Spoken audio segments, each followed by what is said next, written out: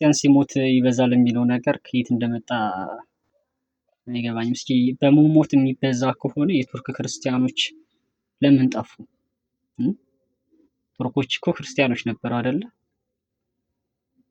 ሳውዲ አረቢያ ውስጥ ክርስቲያን ነበረ፣ የመን ውስጥ ክርስቲያን ነበረ፣ እነ ቱኒዚያ ክርስቲያን ነበሩ፣ እነ ሊቢያ ክርስቲያን ነበሩ። በመሞት የሚበዛ ከሆነ ያ ሁሉ ክርስቲያን የት ሄደ? ለምን አልበዛም? እና መሞት ያበዛል የሚለው አስተሳሰብ ሲጀምር ትክክለኛ አይደለም። በመሞት የሚበዛ የለም የሚጠፋ ነው እንጂ የቱርክ ክርስቲያኖች ተገለው ነው። ከዛ ደግሞ ሀገራቸውን ለቀው ተፈናቅለው ነው የጠፉት። ይለውም ቢሆን እየተገደሉ እየተፈናቀሉ እየተባረሩ የጠፉት። ስለዚህ በመሞት የሚበዛ ማንም የለም። እየሞታችሁ ትበዛላችሁ የሚል አስተምሮ ትክክልም አይደለም። ሲጀመር በመሞት አይበዛም።